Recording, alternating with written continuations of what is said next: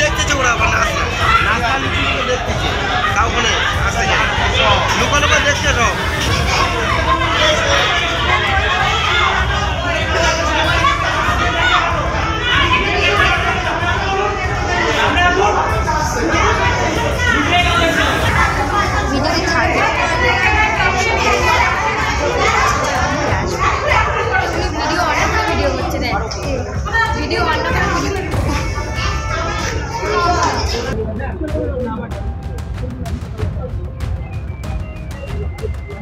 আমরা চাইছি এখন যে ম্যাডাম ওনার নাকি খুব বয়স্ক, ওনার নাকি এখন সেই হিসাবে ওটি করা উচিত না। উনি তার সত্ত্বেও উনি নাকি ওটি করেছেন, আর এই বিষয়ে মানে বলতে পারবো না মানে কি করেছে তিনি। ভিতরে তাকে ট্রিটমেন্ট ভালো করে করেনি। আর দ্বিতীয় কথা আছে ওই ওটিতেই আমার দাদা শেষ হয়ে গেছে। ওটির পরে আমাদের বলতো স্বইচ্ছায় যে দেখেন আমাদের রুগী বাঁচাতে পারিনি বা কিছু, আপনারা অন্য জায়গায় ট্রান্সফার করেন বা আমরা পাচ্ছি না। আর তার সত্ত্বেও উনি যখন ওটিতে নেবে তখন রিপোর্টটাও তো নিশ্চয়ই তারা করেছে, না করে তো ওটিতে নেয়নি। রিপোর্ট যখন কমপ্লিট না, তখন উনি ওটিতে নিলেন কেন? আর সে তো অনেক বয়স্ক না, 60 বছরের উপরে না যে সে ছেলেটা মারা যাবে আজকে আমরা এগুলো মেনে নেব। সে যখন 30 বছর বয়স, সে রিপোর্ট করেছে আজ 3-4 মাস ধরে সে রিপোর্ট করছে দুর্গাপুজোর আগের থেকে। সে রিপোর্ট করার সত্ত্বেও উনি যখন বুঝতো হ্যাঁ হার্টের প্রবলেম আছে, উনি কালকে বন্ধ করে দিত যে হ্যাঁ আমরা ওটিতে নিতে পারছি না, এই ওনার প্রবলেম আছে, বাড়ি গার্জেন জানাতো, আমরা ছিলাম, আমাদের বলতো বা ওনাকে ওই যে রুগী সেও তো বুঝবার, সে তো না বোঝে না এমন কিছু না, সে তো বোঝে, বলতো তোমার অপারেশন হচ্ছে না, তোমার এই প্রবলেম ছিল, হচ্ছে না বা হবে না, উনি কিছুই বলেনি। তার সত্ত্বেও ওটিতে নিয়েছে। ওটিতে নেওয়ার পরে জ্ঞান ফেরেনি। আমরা একটা লোকও তাকে দেখতে পাইনি জীবিত অবস্থায়। আর দ্বিতীয় কথা, উনি কেন জেনে শুনে এই ওটিটা করলো, আমরা তার বিচার চাচ্ছি। অভিযোগটা হচ্ছে আমাদের 1 নম্বর হচ্ছে অসহযোগিতা করেছে, ভুল চিকিৎসা হয়েছে, এবং এইখানে যে হাসপাতাল কর্তৃপক্ষ আছে তারা একটা দালাল চক্র মনে হয় এর সঙ্গে যুক্ত আছে, এবং এইটা দিয়ে বোঝা যাচ্ছে যেন কোনো পুলিশ প্রোটেকশন আমাদের এইখানে কোনো ঝামেলা অশান্তি কিছু করেনি। যে কটা মানুষ তার থেকে পুলিশ এসেছে এখানে বেশি। আমরা থানায় কেস করতে গেছি, গিয়ে কেসের ওইখান দিয়ে এসেছি, কেউ কোনো কিছু করেনি।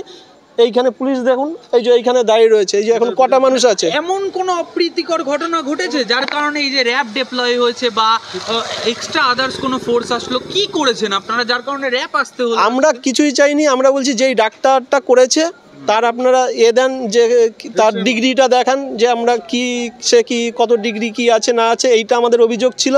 আর অভিযোগ ছিল আমাদের কাগজপত্রগুলো দেন, কাগজপত্রগুলো সে দেয়নি। যে কাগজপত্রগুলো দিয়েছে ডুপ্লিকেট কাগজপত্রগুলো দিয়েছে। আমাদের এখানে আছে কাগজপত্রগুলো, এবং যেগুলো আগের সে কাগজপত্রগুলো সেগুলো সব দিয়েছে, এবং আমাদের একটা সই করিয়ে নিয়েছে, বলছে এইগুলো নিতে গেলে তোমাদের একটা সই করিয়ে দিতে হবে। এখানে আমার বন্ধুর ভাই যে মারা গেছে, প্রথম পেশেন্টটা নর্মাল ছিল। এই রিপোর্ট হিসাবে দেখা যাচ্ছে যে যখন অ্যাডমিট হচ্ছে সেটা নর্মাল, আগে এবং পরে, অপারেশনের পরেও নর্মাল। তাহলে পেশেন্টকে পরে কেন সিপিআর দিতে হলো? নাম্বার 1 প্রশ্ন। তারপরে হচ্ছে পেশেন্ট যখন কখন মারা গেছে, সেই মারা যাওয়ার টাইমটাও ওভার রাইটিং করা রয়েছে। সেই রিপোর্টটা কোথায় দেখাচ্ছি, রিপোর্টটা দেখি। ওভার রাইটিং যখন মারা গেছে সেই টাইমিংটা ওভার রাইটিং করেছে, মানে কতটা গাফিলতি। মানে এদের সন্দেহ যে পেশেন্ট কখন মারা গেছে ঠিক এদের ততটা জানা নেই, নলেজ নেই এদের। তাহলে প্রশাসন যেখানে যে স্বাস্থ্য একটা সেবার একটা হাসপাতাল খুলে বসেছে, আজকে নর্মাল গল ব্লাডারের জন্য যদি সাধারণ পেশেন্ট আসে, তাহলে গল ব্লাডার অপারেশনে মৃত ব্যক্তি বাড়ি নিয়ে যাবে, তাহলে এটা কিসের হাসপাতাল? পেশেন্ট যখন মারা গেছে, যে ওভারডোজ বা কোনো কিছু একটা হয়েছে, সেই দায়িত্বটা কখন মারা গেছে বা কেন মারা গেল, তাহলে যখন সিরিয়াস কন্ডিশন ছিল, পেশেন্টের হার্টের প্রবলেম ছিল, তাহলে পেশেন্ট পক্ষকে কেন জানানো হলো না?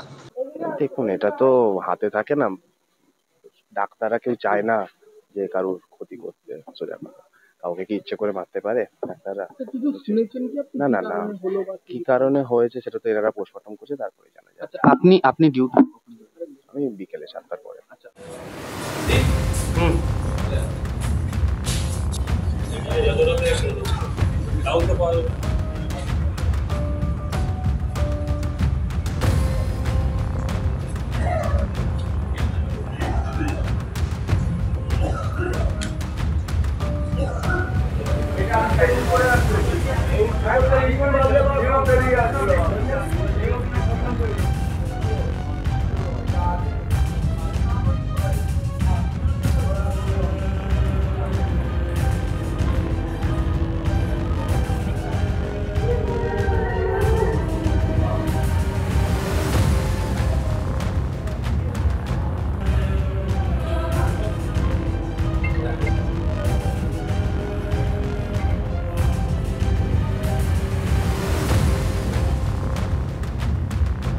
ফলো করুন সংবাদ প্রতিদিন ডিজিটাল।